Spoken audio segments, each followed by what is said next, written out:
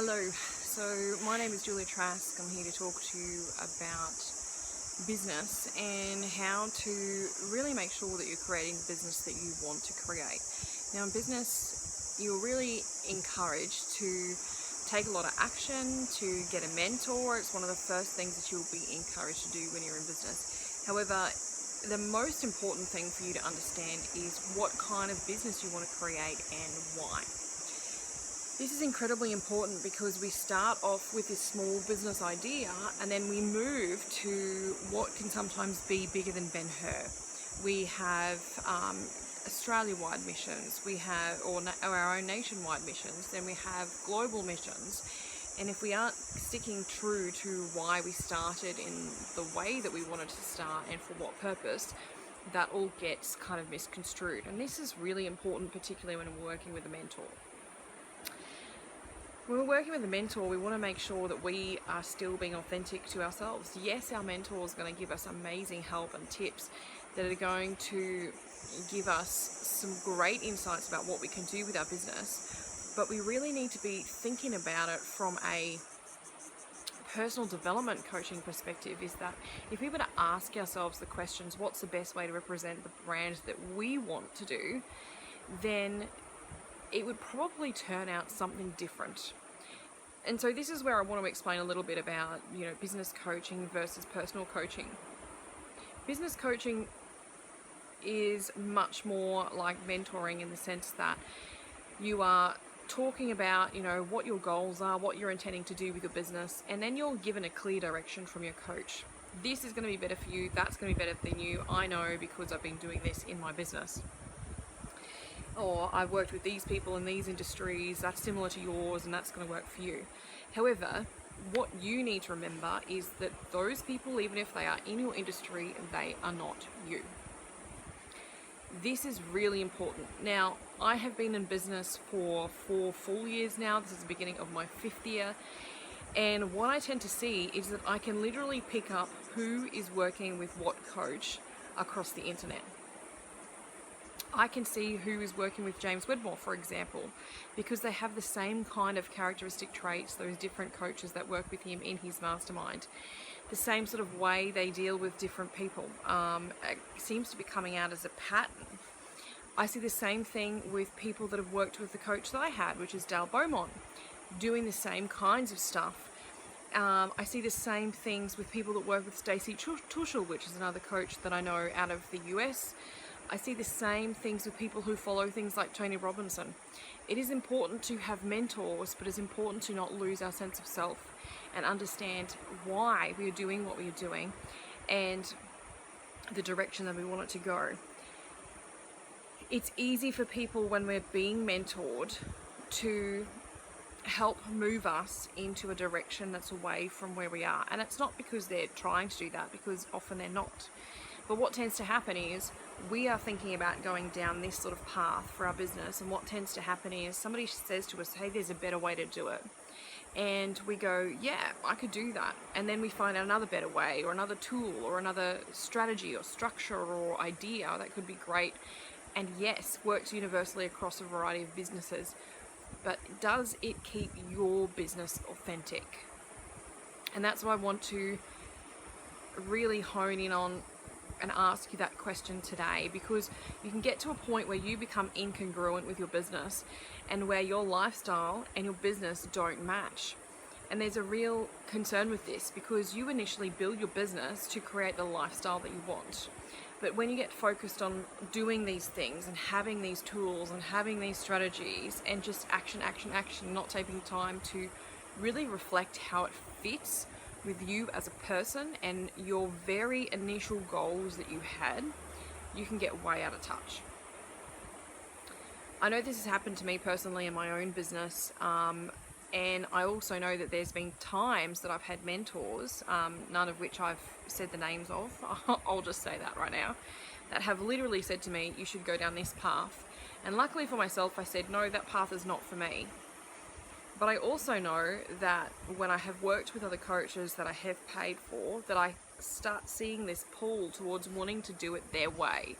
And wanting to do it their way is not wanting to do it the Julia Trask way. And that's the same for people that work with James Wedmore, or work for Dale Beaumont, or do stuff with Kerwin Ray, or work with Claxon, or work with major organisations in Australia and around the world about how they do things. You have to have your stamp on it. You have to know why you are doing the things the way that you are doing it, and you need to grow it the way that you want to grow it. It's a little bit of insight about me. I'm the classic high performer.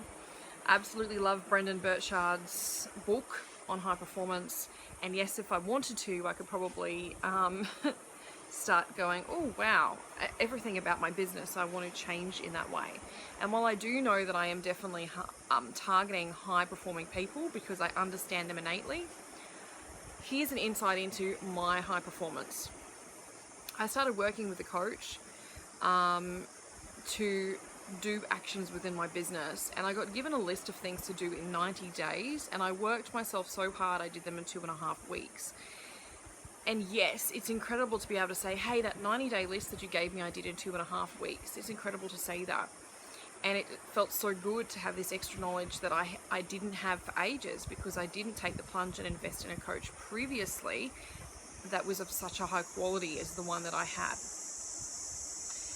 However, in doing that, I got so focused on learning the things and having the tools and having the strategies and having the, everything, having all the things, that a coaching experience about building my business became exactly what I didn't want it to become. And it basically became like a Facebook ad where it says, are you doing all the things and you want to have more time? And so it's really important to have established what it is that you want to do and what it is that you want to create in your business and why. And then move through that. Ask yourself, if I want to have these massive goals, if my vision is huge, okay, what does that actually look like in terms of hours that it requires from me? Because I know when I looked at my vision, I didn't think about how many hours is that going to take, or how much money is that going to be required so that I can get staff. And you have to have that granular understanding that if you want to have these epic goals, you need to know how much money it's going to cost roughly. You need to know how much time it's going to take, and you need to be prepared either to sacrifice part of your life. Unfortunately, for some of these audacious goals, that will be the case. Or you need to go, I don't need to grow that fast. I had a goal I set a couple of years ago to impact people in 30 countries. And I'm still 3 years away from that, and I've achieved impacting people in 10 countries. Now I could work myself to the bone getting the next 20 people in 20 countries achieved. Or I can think about it like this. I can recognize that actually when I stop and reconnect to why I wanted to impact those 30 people, the people in 30 countries, and what the purpose of that was, and really at the core of what I was doing, what that all was about, then I can see that my business doesn't have to be this complex, huge, big thing where I need 20 staff for. I can see that this business can be something that is actually much smaller and has just as great an impact. And there's nothing negative about that.